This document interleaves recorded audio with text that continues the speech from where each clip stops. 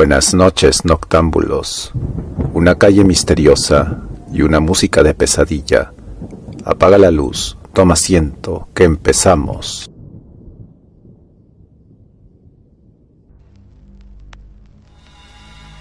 La música de Eric Zahn, de Howard Phillips Lovecraft. He examinado varios planos de la ciudad con suma atención, pero no he vuelto a encontrar la Rue d'Auxil. No me he limitado a manejar mapas modernos, pues sé que los nombres cambian con el paso del tiempo. Muy al contrario, me he sumergido a fondo en todas las antigüedades del lugar y he explorado en persona todos los rincones de la ciudad. Cualquiera que fuese su nombre, que pudiera responder a la calle que en otro tiempo conocí como Rue d'Auxil. Pero a pesar de todos mis esfuerzos, no deja de ser una frustración que no haya podido dar con la casa, la calle o siquiera el distrito en donde, durante mis últimos meses de modesta vida como estudiante de metafísica en la universidad, oí la música de Eric Zahn. Que me falle la memoria no me sorprende lo más mínimo, pues mi salud, tanto física como mental, se vio gravemente trastornada durante el periodo de mi estancia en la Rue d'Auxil, y no recuerdo haber llevado allí a ninguna de mis escasas amistades. Pero que no pueda volver a encontrar el lugar resulta extraño a la vez que me deja perplejo, pues estaba a menos de media hora andando de la universidad y se distinguía por unos rasgos característicos que difícilmente podría olvidar quien hubiese pasado por allí. Lo cierto es que jamás he encontrado a nadie que haya estado en la Rue d'Auxil. La Rue d'Auxil quedaba al otro lado de un oscuro río, bordeado de empinados almacenes de ladrillo, con los cristales de las ventanas empañados, y se accedía a ella por un macizo puente de piedra ennegrecido. Estaba siempre lóbrego el curso de aquel río, como si el humo procedente de las fábricas vecinas impidiera el paso de los rayos del sol a perpetuidad. Las aguas despedían asimismo un hedor que no he vuelto a percibir en ninguna otra parte y que quizá algún día me ayude a dar con el lugar que busco, pues estoy seguro de que reconocería ese olor al instante.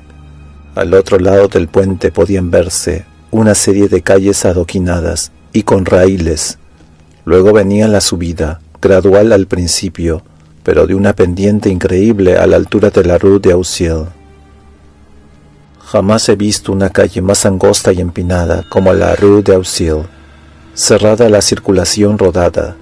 Casi era un precipicio consistente en algunos lugares, en tramos de escaleras que culminaban en la cresta, en un impresionante muro cubierto de hiedra. El pavimento era irregular, unas veces losas de piedra, otras adoquines, y a veces pura y simple tierra con incrustaciones de vegetación de un color verdoso y grisáceo. Las casas altas, con los tejados rematados en pico, increíblemente antiguas, y estaban inclinadas a la buena de Dios, hacia adelante o hacia un lado. De vez en cuando podían verse dos casas con las fachadas frente por frente e inclinadas hacia adelante, hasta el punto de formar casi un arco en medio de la calle. Lógicamente, apenas luz alguna llegaba al suelo que había debajo de ellas. Entre las casas de uno y otro lado de la calle había unos cuantos puentes elevados. Los vecinos de aquella calle me producían una extraña impresión. Al principio pensé que era debido al lugar natural, silencioso y taciturno, pero luego lo atribuí al hecho de que todos allí eran ancianos. No sé cómo pude ir a parar a semejante calle, pero no fui yo ni mucho menos el único que se mudó a vivir a aquel lugar. Había vivido en muchos lugares, sitios destartalados, de los que siempre me había visto despojado por no poder pagar la renta, hasta que finalmente un día me di de bruces con aquella casa en medio de ruinas de la Rue d'Auxil, que guardaba un paralítico llamado Brandot. Era la tercera casa, según se miraba desde la parte superior de la calle, y la más alta de todas con diferencia, Mi habitación estaba en el 5.º piso. Era la única habitada en aquella planta, pues la casa estaba prácticamente vacía. La noche de mi llegada oí una música extraña, procedente de la buhardilla que tenía justo encima, y al día siguiente inquirí al viejo Blandot por el intérprete de aquella música. Me dijo que la persona en cuestión era un anciano violinista de origen alemán, un hombre mudo y un tanto extraño, y que firmaba con el nombre de Eric Sang, y que por las noches tocaba en una orquestilla teatral, y añadió que la afición de Sang a tocar por las noches a la vuelta del teatro era el motivo que le había llevado a instalarse en aquella alta y solitaria habitación abuhardillada, cuya ventana de gablete era el único punto de la calle, desde el que podía divisarse el final del muro en declive y la panorámica que se ofrecía del otro lado del mismo. En adelante no hubo noche que no oyera a Sang, y aunque su música me mantenía despierto, había algo extraño en ella que me turbaba. No obstante, ser yo escasamente conocedor de aquel arte, estaba convencido de que ninguna de sus armonías tenía nada que ver con la música que había oído hasta entonces, de lo que deduje que tenía que tratarse de un compositor de singular talento. Cuanto más la escuchaba, más me atraía aquella música, hasta que al cabo de una semana decidí darme a conocer a aquel anciano. Una noche, cuando Sang regresaba del trabajo, le salí al paso del rellano de la escalera y le dije que me gustaría conocerlo y acompañarlo mientras tocaba. Era pequeño de estatura, delgado y andado algo encorvado, con la ropa desgastada, ojos azules, una expresión entre grotesca y satírica, y prácticamente calvo. Su reacción ante mis primeras palabras fue violenta a la vez que temerosa. Con todo el talante amistoso de mis maneras, acabó por aplacarlo, y a regañadientes me hizo señas para que lo siguiera por la oscura, agrietada y desvencijada escalera que llevaba a la buhardilla. Su habitación, una de las dos que había en aquella buhardilla de techo inclinado, estaba orientada al oeste, hacia el muro que formaba el extremo superior de la calle. Era de grandes dimensiones y aún parecía mayor por la total desnudez y abandono en que se encontraba.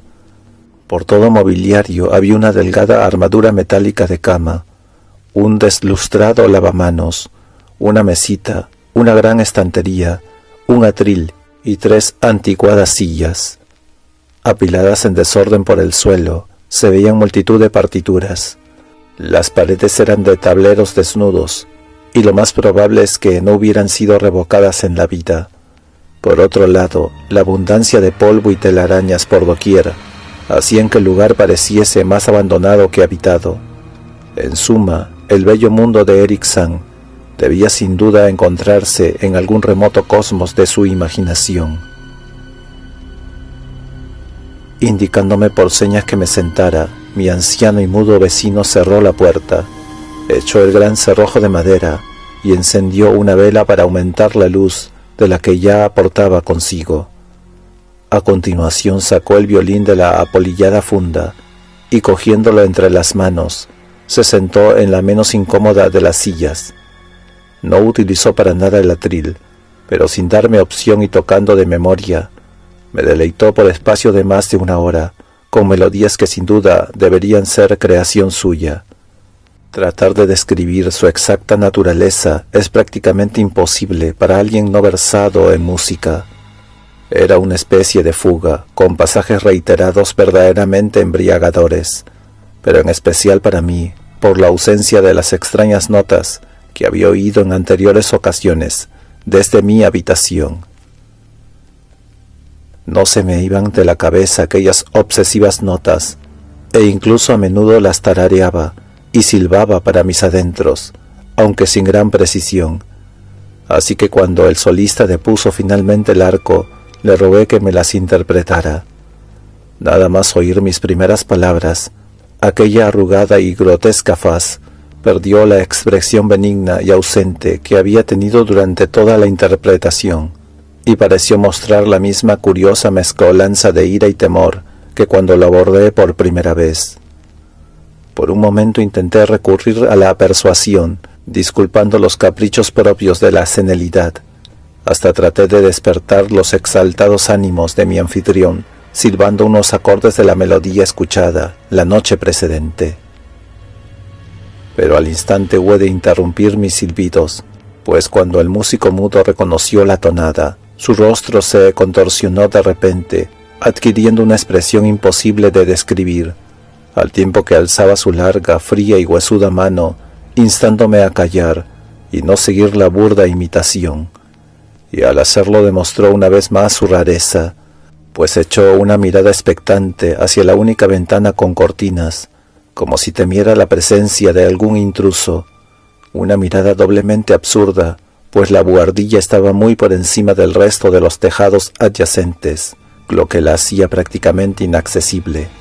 Y además, por lo que había dicho el portero, la ventana era el único punto de la empinada calle desde el que podía verse la cumbre por encima del muro. La mirada del anciano me hizo recordar la observación de Blandot, y de repente se me antojó satisfacer mi deseo de contemplar la amplia y vertiginosa panorámica de los tejados a la luz de la luna y las luces de la ciudad que se extendían más allá de la cumbre, algo que de entre todos los moradores de la Rue d'Auxerre solo le era posible, dado ver a aquel músico de avinagrado carácter.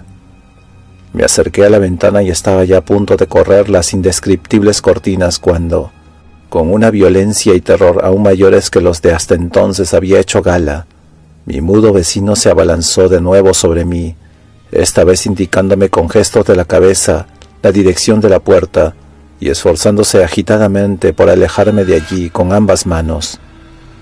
Ahora, decididamente enfadado con mi vecino, le ordené que me soltara, que no pensaba permanecer allí ni un momento más.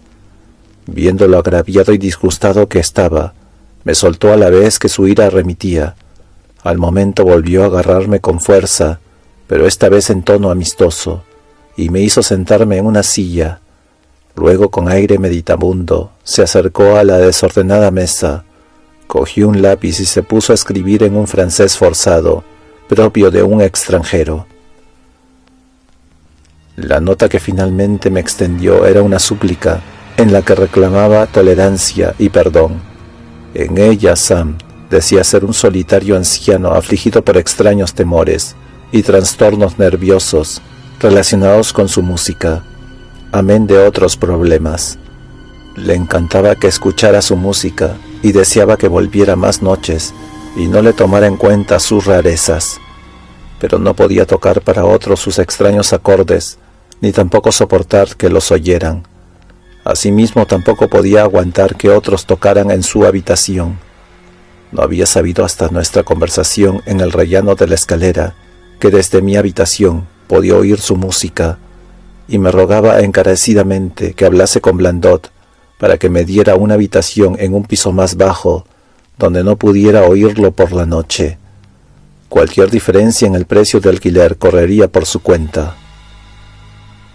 Mientras trataba de descifrar el execrable francés de aquella nota, mi compasión hacia aquel pobre hombre fue en aumento.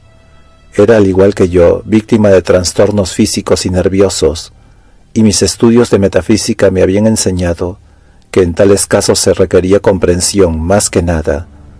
En medio de aquel silencio se oyó un ligero ruido procedente de la ventana. El viento nocturno debía hacer resonar la persiana, y por alguna razón que me escapaba, di un respingo casi tan brusco como el de Eric Sand. Cuando terminé de leer la nota, le di la mano a mi vecino y salí de allí en calidad de amigo suyo. Al día siguiente Blandot me dio una habitación algo más cara en el tercer piso, situado entre la pieza de un anciano prestamista y la de un honrado tapicero. En el cuarto piso no vivía nadie. No tardé en darme cuenta de que el interés mostrado por Sand en que le hiciera compañía no era lo que creía entender cuando me persuadió a mudarme del quinto piso. Nunca me llamó para que fuera a verlo, y cuando lo hacía parecía encontrarse a disgusto y tocaba con desgana. Las veladas siempre tenían lugar de noche, pues durante el día dormía y no admitía visitas. Mi afecto hacia él no aumentó, aunque parecía como si aquella buhardilla y la extraña música que tocaba mi vecino ejercieran una extraña fascinación sobre mí. No se me había ido de la cabeza el indiscreto deseo de mirar por aquella ventana y ver qué había por encima del muro y abajo, en la invisible pendiente, con los rutilantes tejados y chapiteles que debían divisarse desde allí. En cierta ocasión subí a la buhardilla en horas de teatro, mientras Sam estaba afuera, pero la puerta tenía echado el cerrojo.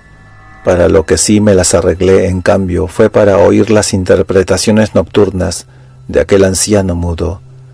Al principio iba de puntillas hasta mi antiguo quinto piso, y con el tiempo me atreví incluso a subir el último y chirriante tramo de la escalera que llevaba hasta la buhardilla.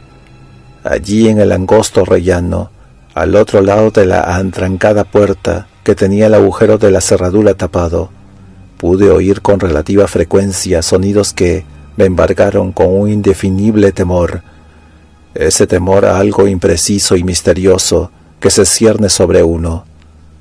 No es que los sonidos fuesen espantosos, pues ciertamente no lo eran, sino que sus vibraciones no guardaban parangón alguno con nada de este mundo, y a intervalos adquirían una calidad sinfónica que difícilmente podría imaginarme proviniese de un solo músico. No había duda, Eric Sam era un genio de irresistible talento.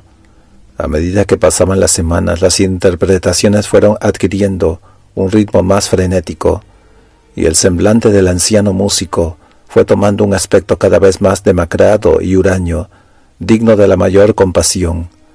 Ya no me dejaba pasar a verlo, fuese cual fuese la hora a que llamara, y me rehuía siempre que nos encontrábamos en la escalera. Una noche, mientras escuchaba desde la puerta, oía el chirriante violín dilatarse hasta producir una caótica babel de sonidos, un pandemonio que me habría hecho dudar de mi propio juicio si desde el otro lado de la atrancada puerta no me hubiera llegado una lastimera prueba de que el horror era auténtico, el espantoso e inarticulado grito que solo la garganta de un mudo puede emitir, y que solo se alza en los momentos en que la angustia y el miedo son más irresistibles. Golpeé repetidas veces en la puerta, pero no percibí respuesta. Luego aguardé en el oscuro rellano, temblando de frío y miedo, hasta que oí los débiles esfuerzos del desventurado músico por incorporarse del suelo con ayuda de una silla. Creyendo que recuperaba el sentido tras haber sufrido un desmayo, renové mis golpes al tiempo que proferí en voz alta mi nombre con objeto de tranquilizarle. Oí a Sam tambaleándose hasta llegar a la ventana y cerrar las cortinas y el bastidor, y luego dirigirse dando traspiés hacia la puerta, que abrió de forma vacilante para dejarme paso. Esta vez saltaba a la vista que estaba encantado de tenerme a su lado, pues su descompuesta cara resplandecía de alivio mientras me agarraba del abrigo, como haría un niño de las faldas de su madre. Presa de patéticos temblores, el anciano me hizo sentarme en una silla mientras él se dejaba caer en otra, junto a la que se encontraban tirados por el suelo el violín y el arco. Durante algún tiempo permaneció inactivo, haciendo extrañas inclinaciones de cabeza, pero dando la paradójica impresión de escuchar intensa y temerosamente. A continuación pareció recobrar el ánimo, y sentándose en una silla junto a la mesa escribió una breve nota. Me la entregó y volvió a la mesa, poniéndose a escribir frenéticamente e incesantemente. En la nota me imploraba que, por compasión hacia él, y si quería satisfacer mi curiosidad, no me levantara de donde estaba hasta que él acabase de redactar un exhaustivo informe en alemán sobre los prodigios y temores que le asediaban. En vista de ello, permanecí allí sentado mientras el lápiz del anciano mudo corría sobre el papel. Habría transcurrido ya una hora, y yo seguía allí esperando mientras el anciano músico proseguía escribiendo febrilmente, y las hojas se apilaban unas sobre otras, cuando de repente Sam dio un respingo como si hubiera recibido una fuerte sacudida. No cabía error. Sus ojos miraban a la ventana con la cortina echada, y escuchaba en medio de grandes temblores. Luego creí oír un sonido. Esta vez no era horrible, sino que muy al contrario, se asemejaba a una nota musical extraordinariamente baja e infinitamente lejana, como si procediera de algún músico que habitase en alguna de las casas próximas, o en una vivienda allende al imponente muro por encima del cual nunca conseguí mirar. El efecto que le produjo a Sam fue terrible, pues soltando el lápiz, se levantó al instante, tomó el violín entre las manos y se puso a desgarrar la noche con la más frenética interpretación que había oído salir de su arco, a excepción de cuando lo escuchaba del otro lado de la atrancada puerta. Sería inútil intentar describir la música de Eric Sam durante aquella espantosa noche. Era infinitamente más horrible que todo lo que había oído hasta entonces, pues ahora podía ver la expresión dibujada en su rostro, y podía advertir que en esta ocasión el motivo era el temor llevado a su máxima expresión. Trataba de emitir un ruido con el fin de alejar o acallar algo que exactamente no sabría decir, pero en cualquier caso debía tratarse de algo pavoroso. La interpretación alcanzó caracteres fantásticos, histéricos, de auténtico delirio, pero sin perder ni una sola de aquellas cualidades de magistral genio de que estaba dotado aquel singular anciano. Reconocí la melodía, una frenética danza húngara que se había hecho popular en los medios teatrales, y durante unos segundos reflexioné que aquella era la primera vez que oía a Sam interpretar una composición de otro autor. Cada vez más alto, cada vez más frenéticamente, ascendía el chirriante y lastimero alarido de aquel desesperado violín. El solista emitía unos ruidos extraños al respirar y se contorsionaba cual si fuese un mono, sin dejar de mirar temerosamente a la ventana con la cortina echada. En aquellos frenéticos acordes creía ver sombríos faunos y bacantes que bailaban y giraban como posesos en abismos desbordantes de nubes, humo y relámpagos. Y luego me pareció oír una nota más estridente y prolongada que no procedía del violín, una nota pausada, deliberada, intencional y burlona, que venía de algún lejano lugar en dirección oeste. En este trance, la persiana comenzó a batir con fuerza debido a un viento nocturno que se había levantado en el exterior, como si fuese en respuesta a la furiosa música que se oía dentro. El chirriante violín de Sam se superó a sí mismo y se lanzó a emitir sonidos que jamás pensé que pudieran salir de las cuerdas de un violín. La persiana trepitó con más fuerza, se soltó y comenzó a golpear con estrépito la ventana. Como consecuencia de los persistentes impactos en su superficie, el cristal se hizo añicos, dejando entrar una bocanada de aire fresco que hizo chisporretear la llama de las velas y crujir las hojas de papel que había sobre la mesa en que Sam intentaba poner por escrito su abominable secreto. Eché una mirada a Sam y comprobé que estaba totalmente absorto en su tarea. Sus ojos estaban inflamados, vidriosos y ausentes, y la frenética música había acabado transformándose en una orgía desenfrenada e irreconocible automática que ninguna pluma podría siquiera intentar describir. Una repentina bocanada más fuerte que las anteriores arrebató el manuscrito y se lo llevó hacia la ventana. Preso de la desesperación, me lancé tras las cuartillas que volaban por la habitación, pero ya se las había llevado el viento antes de conseguir llegar yo a las abatidas hojas de la ventana. En aquel momento recordé mi deseo aún insatisfecho de mirar desde aquella ventana, la única de la Rue d'Auxil, desde la que podían verse la ladera que había al otro lado del muro y la urbe extendida a sus pies. La oscuridad era total, pero las luces de la ciudad estaban continuamente encendidas de noche, por lo que esperaba poder verlas por entre la cortina de lluvia y viento. Pero cuando miré desde la ventana más alta de la buhardilla, mientras las velas seguían chisporroteando y el enajenado violín competía con los aullidos del nocturnal viento, no vi ciudad alguna debajo de mí, ni percibí el resplandor de ninguna luz cordial procedente de calles conocidas, sino únicamente la oscuridad del espacio sin límites, un espacio lleno de música y movimiento, sin parecido alguno con ningún otro rincón de la tierra. Y mientras permanecía allí de pie contemplando con espanto aquel inimaginable espectáculo, el viento apagó las 2 velas que iluminaban aquella vieja buhardilla, sumiéndolo todo en la más brutal e impenetrable oscuridad. Ante mí no tenía sino el caos y el pandemonio más absoluto. A mi espalda, la endiablada enajenación de aquellos nocturnales descarros de las cuerdas de violín. Tambaleándome, volví al oscuro interior de la habitación, sin poder encender una cerilla. Derribé una silla y finalmente me abrí paso a tientas hasta el lugar de donde provenían los gritos y aquella increíble música. Debía tratar de escapar de aquel lugar en compañía de Eric San, cualesquiera que fuesen las fuerzas que hubiera de vencer.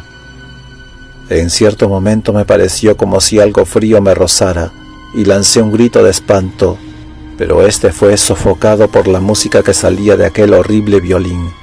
De repente, en medio de aquella oscuridad total, me rozó el arco que no cesaba de rasgar violentamente las cuerdas, con lo que pude advertir que me encontraba cerca del músico.